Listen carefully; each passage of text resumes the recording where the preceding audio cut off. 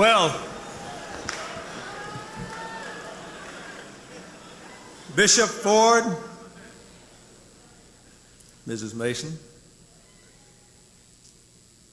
Bishop Owens and Bishop Anderson, my bishops, Bishop Walker and Bishop Lindsay,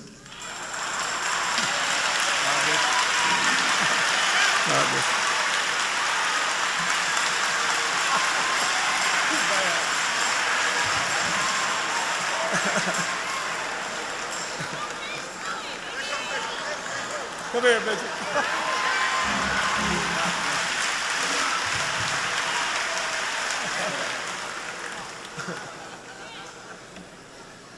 Now,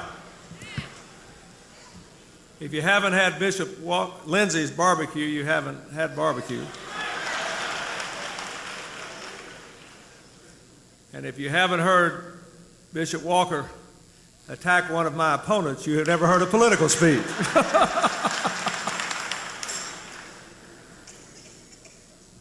I am glad to be here. You have touched my heart.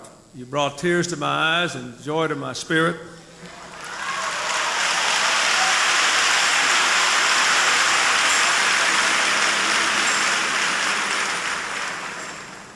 Last year I was with you over at the convention center.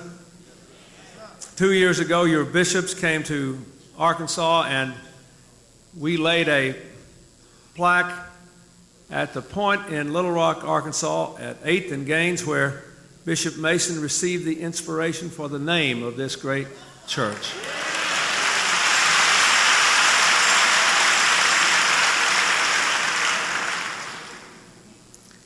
Bishop Brooks said from his pulpit that I would be elected president when most people thought I wouldn't survive.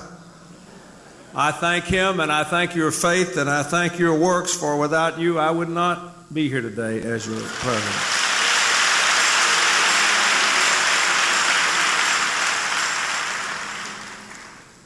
Many have spoken eloquently and well, and many have been introduced.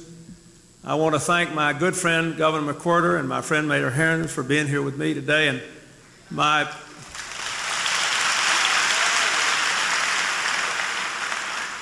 friend, Congressman Harold Ford. We are glad to be in his congressional district. I would like to, if I might, introduce just 3 other people who are members of the Congress. They have come here with me, and without them, it's hard for me to do much for you. The President proposes and the Congress disposes. Sometimes they dispose of what I propose, but I'm happy to say that according to a recent report in Washington, notwithstanding what you may have heard, this Congress has given me a higher percentage of my proposals than any first-year president since President Eisenhower, and I thank them for that.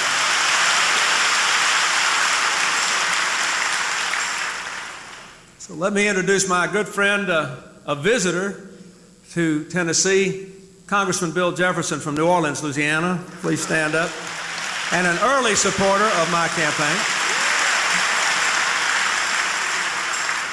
Congressman Bob Clement from Tennessee, known to many of you. And a young man who's going to be coming back to the people of Tennessee and asking them to give him a promotion next year, Congressman Jim Cooper from Tennessee, and a good friend. Please welcome him. You know, in the last 10 months, I've been called a lot of things, but nobody's called me a bishop yet.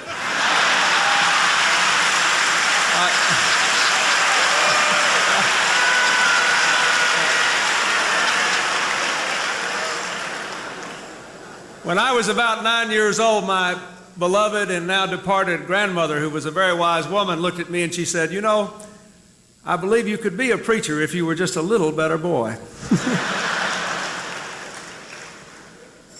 Proverbs says, "A happy heart doeth good like medicine, but a broken spirit drieth the bone." This is a happy place, and I'm happy to be here. I thank you for your spirit.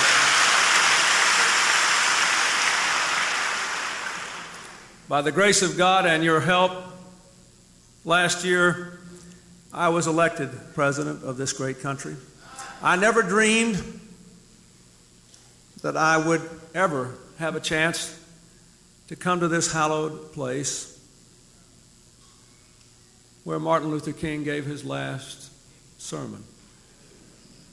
I ask you to think today about the purpose for which I ran and the purpose for which so many of you worked to put me in this great office. I have worked hard to keep faith with our common efforts, to restore the economy, to reverse the politics of helping only those at the top of our totem pole and not the hardworking middle class or the poor, to bring our people together across racial and regional and political lines, to make a strength out of our diversity instead of letting it tear us apart, to reward work and family and community and try to move us forward into the 21st century. I have tried to keep faith. 13% of all my presidential appointments are African Americans, and there are 5 African Americans in the Cabinet of the United States, 2.5 times as many as have ever served in the history of this great land.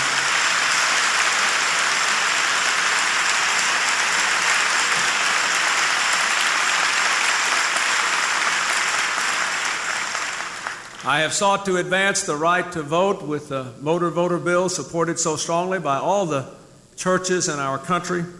And next week it will be my great honor to sign the Restoration of Religious Freedoms Act, a bill supported widely by people across all religions and political philosophies to put back the real meaning of the Constitution, to give you and every other American the freedom to do what is most important in your life, to worship God as your spirit leads you.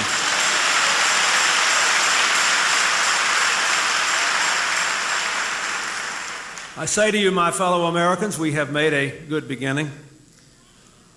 Inflation is down, interest rates are down, the deficit is down, investment is up. Millions of Americans, including I bet some people in this room, have refinanced their homes or their business loans just in the last year. And in the last 10 months, this economy has produced more jobs in the private sector than in the previous 4 years. We have passed a law called the Family Leave Law, which says you can't be fired if you take a little time off when a baby's born or a parent's sick. We know that most Americans have to work, but you ought not to have to give up being a good parent just to take a job. If you can't succeed as a worker and a parent, this country can't make it. We have radically reformed the college loan program, as I promised, to lower the cost of college loans and broaden the availability of it and make the repayment terms easier.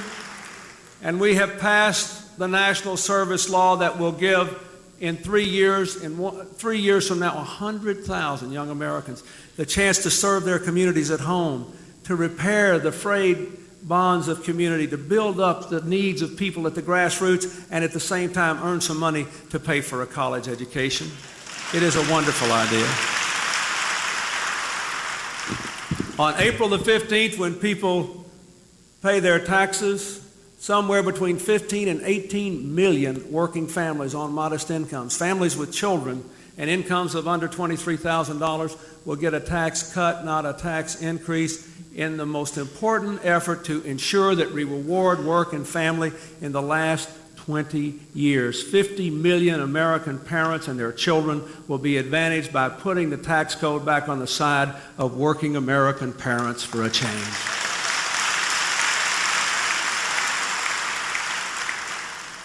Under the leadership of the First Lady, we have produced a comprehensive plan to guarantee health care security to all Americans.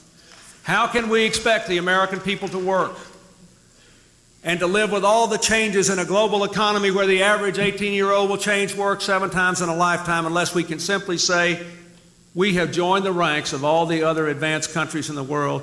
You can have decent health care that's always there, that can never be taken away. It is time we did that, long past time. I ask you to help us achieve that. But we have so much more to do. You and I know that most people are still working harder for the same or lower wages. that many people are afraid that their job will go away. We have to provide the education and training our people need, not just for our children, but for our adults too. If we cannot close this country up to the forces of change sweeping throughout the world, we have to at least guarantee people the security of being employable. They have to be able to get a new job if they're going to have to get a new job. We don't do that today, and we must, and we intend to proceed until that is done. We have to guarantee that there will be some investment in those areas of our country, in the inner cities and in the destitute rural areas in the Mississippi Delta of my home state and this state and Louisiana and Mississippi and other places like it throughout America. It's all very well to train people, but if they don't have a job, they can be trained for nothing. We must get investment into those places where the people are dying for work. And finally, let me say we must find people who will buy what we have to produce. We are the most productive people on earth. That makes us proud. But what that means is that every year, one person can produce more in the same amount of time. Now, if fewer and fewer people can produce more and more things, and yet you want to create more jobs and raise people's incomes, you have to have more customers for what it is you're making. And that is why I have worked so hard to sell more American products around the world. Why I have asked that we be able to sell billions of dollars of computers we used not to sell to foreign countries and foreign interests to put our people to work. Why next week I am going all the way to Washington State to meet with the President of China and the Prime Minister of Japan and the heads of 13 other Asian countries, the fastest growing part of the world, to say, we want to be your partners, we will buy your goods, but we want you to buy ours too, if you please. That is why.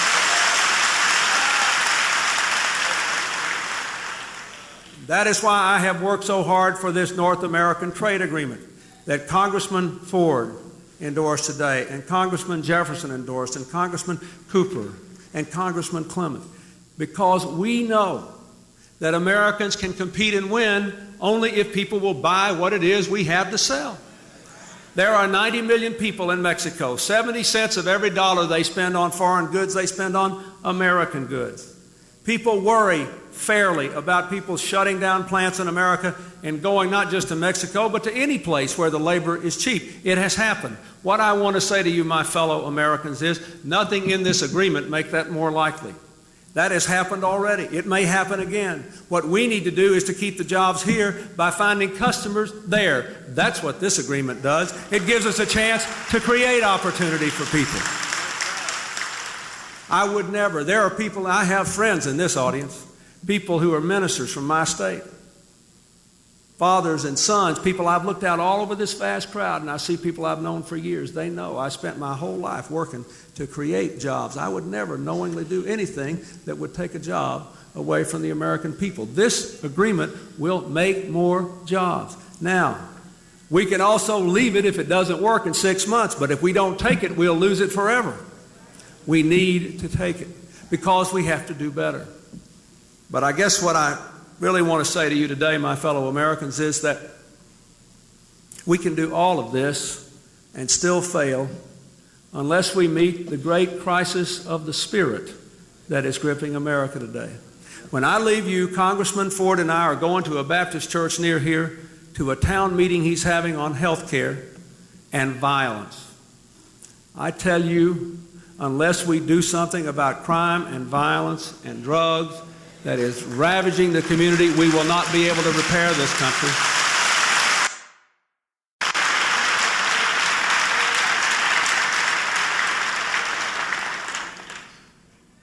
If Martin Luther King, who said, like Moses, I am on the mountaintop and I can see the promised land, but I'm not going to be able to get there with you.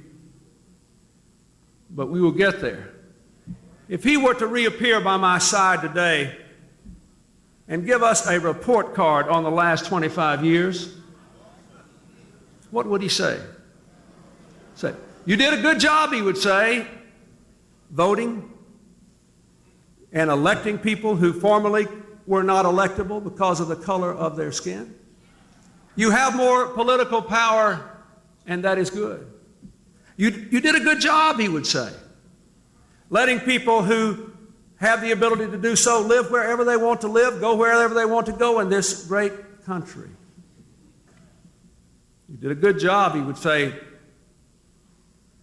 elevating people of color into the ranks of the United States Armed Forces to the very top, or into the very top of our government. You did a very good job, he would say. He would say, you did a good job creating a black middle class of people who really are doing well, and the middle class is growing more among African Americans than among non-African Americans.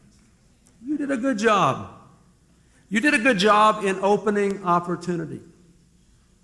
But he would say, I did not live and die to see the American family destroyed.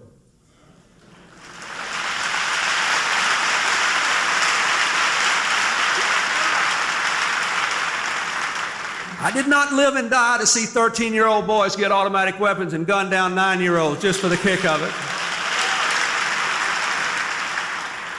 I did not live and die to see young people destroy their own lives with drugs and then build fortunes destroying the lives of others. That is not what I came here to do.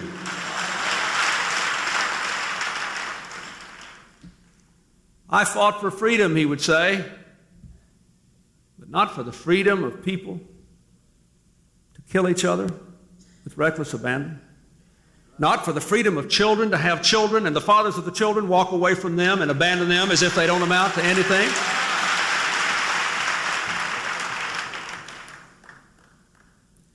I fought for people to have the right to work, but not to have whole communities and people abandoned.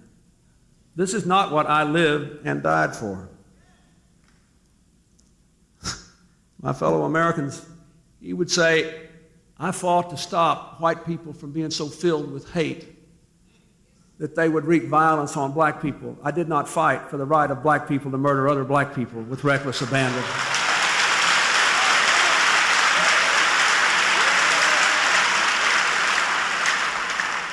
The other day, the mayor of Baltimore, a dear friend of mine, told me a story of visiting the family of a young man who had been killed, 18 years old. On Halloween, he always went out with little bitty kids so they could trick or treat safely. And across the street from where they were walking on Halloween, a 14-year-old boy gave a 13-year-old boy a gun and dared him to shoot the 18-year-old boy, and he shot him dead. And the mayor had to visit the family. In Washington, D.C., where I live, your nation's capital, the symbol of freedom throughout the world. Look how that freedom is being exercised.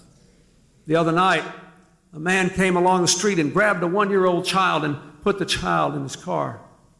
The child may have been the child of the man. And 2 people were after him, and they chased him in the car, and they just kept shooting with reckless abandon, knowing that baby was in the car. And they shot the man dead, and a bullet went through his body into the baby's body and blew the little booty off the child's foot. The other day on the front page of our paper, the nation's capital, are we talking about world peace or world conflict? No. Big article on the front page of the Washington Post about an 11-year-old child planning her funeral. These are the hymns I want sung. This is a dress I want to wear. I know I'm not going to live very long. That is not the freedom. The freedom to die before you're a teenager is not what Martin Luther King lived and died for.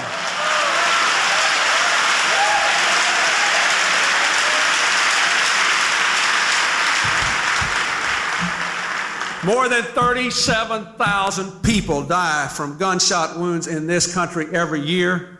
Gunfire is the leading cause of death in young men. And now that we've all gotten so cool that everybody can get a semi-automatic weapon, a person shot now is 3 times more likely to die than 15 years ago because they're likely to have 3 bullets in them. 160,000 children stay home from school every day because they are scared they will be hurt in their schools.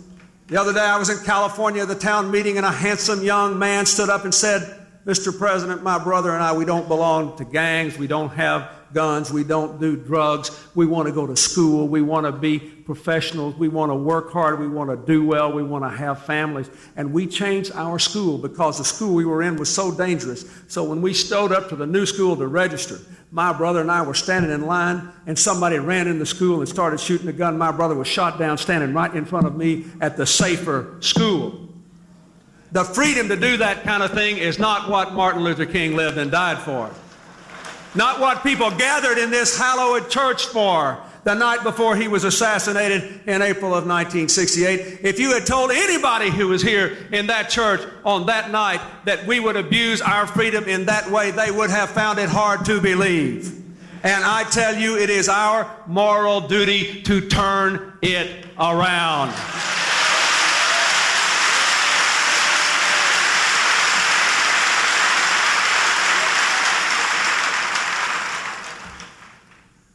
And now I think finally we have a chance. Finally, I think we have a chance.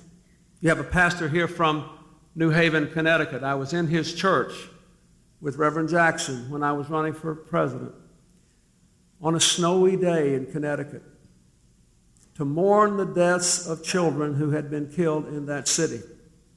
And afterward, we walked down the street for more than a mile in the snow. Then the American people were not ready. People would say, oh, this is a terrible thing, but what can we do about it? Now when we read that foreign visitors come to our shores and are killed at random in our fine state of Florida, when we see our children planning their funerals, when the American people are finally coming to grips with the accumulated weight of crime and violence and the breakdown of family and community and the increase in drugs and the decrease in jobs, I think finally we may be ready to do something about it. And there is something for each of us to do. There are changes we can make from the outside in. That's the job of the president and the Congress and the governors and the mayors and the social service agencies. Then there's some changes we're going to have to make from the inside out, or the others won't matter. That's what that magnificent song was about, isn't it? Sometimes there are no answers from the outside in. Sometimes all the answers have to come from the values and the stirrings and the voices that speak to us from within. So we are beginning. We are trying to pass a bill to make our people safer, to put another 100,000 police officers on the street, to provide boot camps instead of prisons for young people who can still be rescued, to provide more safety in our schools, to restrict the availability of these awful assault weapons, to pass the Brady Bill and at least require people to have their criminal background checked before they get a gun, and to say, if you're not old enough to vote and you're not old enough to go to war, you ought not to own a handgun and you ought not to use one unless you're on a target range. We want to pass a health care bill that will make drug treatment available for everyone. And we also have to do it. We have to have drug treatment and education available to everyone, and especially those who are in prison, who are coming out. We have a drug czar now in Lee Brown, who was the police chief of Atlanta, of Houston, of New York, who understands these things. And when the Congress comes back next year, we will be moving forward on that. We need this crime bill now. We ought to give it to the American people for Christmas. And we need to move forward on all these other fronts. But I say to you, my fellow Americans, we need some other things as well. I do not believe we can repair the basic fabric of society until people who are willing to work have work. Work organizes life. It gives structure and discipline to life. It gives meaning and self-esteem to people who are parents. It gives a role model to children. The famous African-American sociologist William Julius Wilson has written a stunning book called The Truly Disadvantaged, in which he chronicles in breathtaking terms how the inner cities of our country have crumbled as work has disappeared. And we must find a way through public and private sources to enhance the attractiveness of the American people who live there to get investment there. We cannot, I submit to you, repair the American community and restore the American family until we provide the structure, the values, the discipline, and the reward that work gives.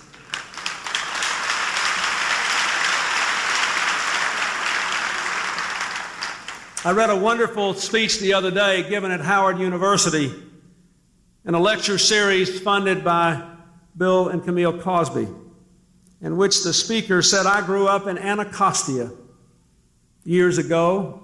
Even then it was all black and it was the very poor neighborhood. But you know, when I was a child in Anacostia, a 100% African-American neighborhood, a very poor neighborhood, we had a crime rate that was lower than the average of the crime rate of our city. Why?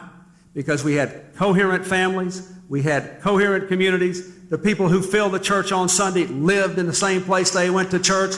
The guy that owned the drugstore lived down the street. The person that owned the grocery store lived in our community. We were whole. And I say to you, we have to make our people whole again. This church has stood for that. Why do you think you have 5 million members in this country? Because people know you are filled with the Spirit of God to do the right thing in this life by them.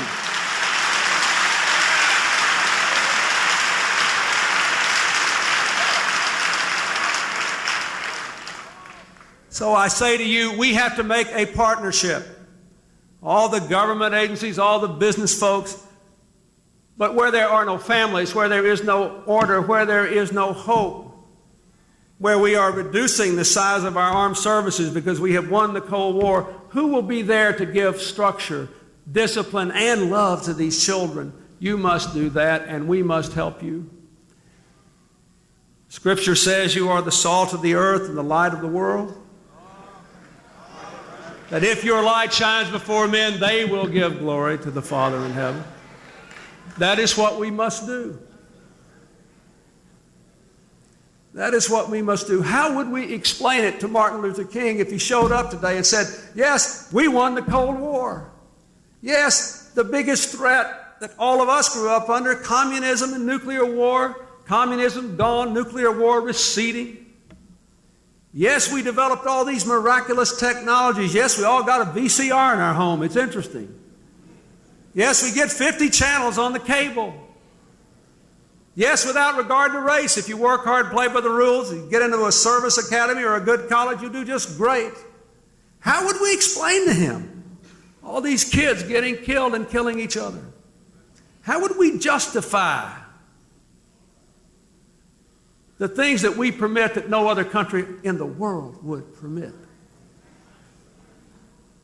How could we explain that we gave people the freedom to succeed, and we created conditions in which millions abused that freedom to destroy the things that make life worth living and life itself? We cannot.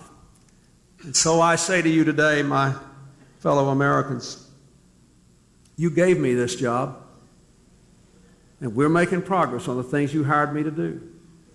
But unless we deal with the ravages of crime and drug and violence, and unless we recognize that it's due to the breakdown of the family, the community, and the disappearance of jobs, and unless we say some of this cannot be done by government because we have to reach deep inside to the values, the spirit, the soul, and the truth of human nature, none of the other things we seek to do will ever take us where we need to go.